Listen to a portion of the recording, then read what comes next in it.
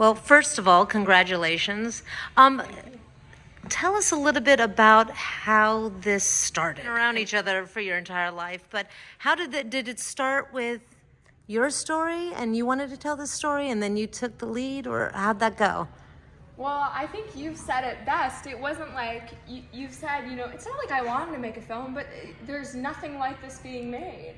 Like, that's really where it started, I think, was, seeing, like, I was going through, when this first started, I was going through, I think, middle school at the time, and I think it was just, it's not a friendly time for most people, and I don't think I was any exception to that. And I feel like, especially being non-binary, and a lot of the struggles I experienced just wasn't being talked about anywhere, because I think that there's a lot of trepidation around telling LGBTQ plus stories, and I feel like something that this really showcases is it's not, there's something in it for everybody, because it's a coming of age story, but it's also about the struggles that are not unique but have been very unique to be told in the media about being non-binary and about being, just also a teenager, just trying to be confident and pursue dreams. For me, as a parent,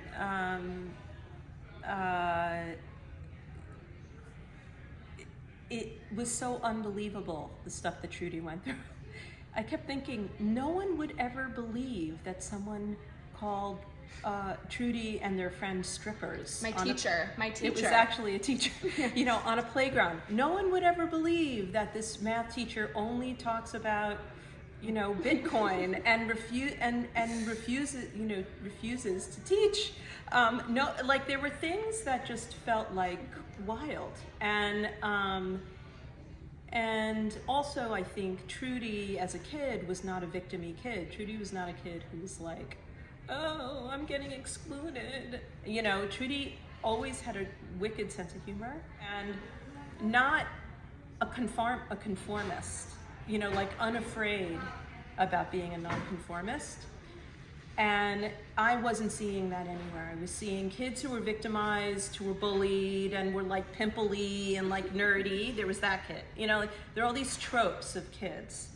But they don't show the kid who's irreverent and doesn't want to conform because they just don't even know where to begin with that, and is who they are regardless. So the telling of the story was also inspired by, we need to show examples of people who are not victims because they happen to be born a certain way. Many people are born. And also, this wasn't supposed to be a re-traumatizing story. We're done. Marion, who also worked with me on this, who's the editor and cinematographer, felt very strongly, and she's a lesbian and is a wonderful filmmaker and award-winning in her own right. We both kind of felt like we don't want to tell stories that are about the person coming out again and it being a traumatic affair.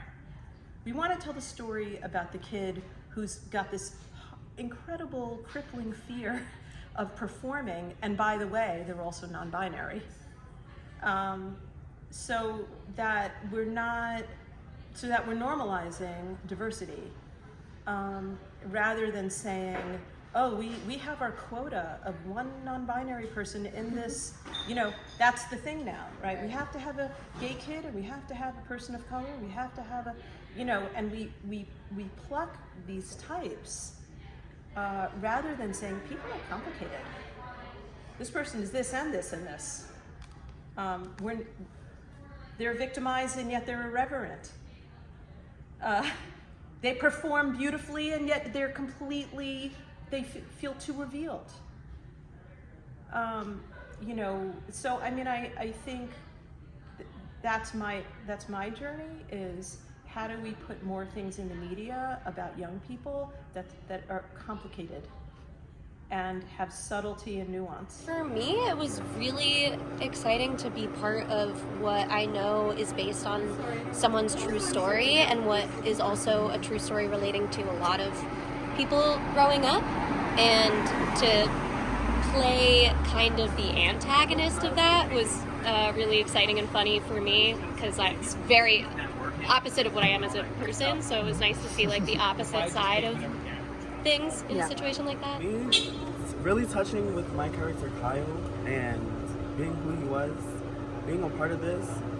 Kyle is exactly who I am. So me touching and being able to step into character was really amazing. I mean, just like the thing about like this episode being all about just like putting yourself forward is like a really admirable thing to be like spreading as a message. And also like I'm related to the creator, and my cousin Trudy is like the main part of this whole thing. And so just being able to support them and like tell their stories is I was really happy about that. Having their story come to life and sharing the message to around the world to other people, it really is really touching.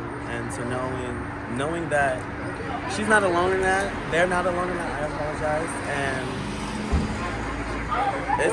this is just the beginning. Totally. Lori Wilner here. So yeah, I'm a professional actress. I work on Broadway a lot and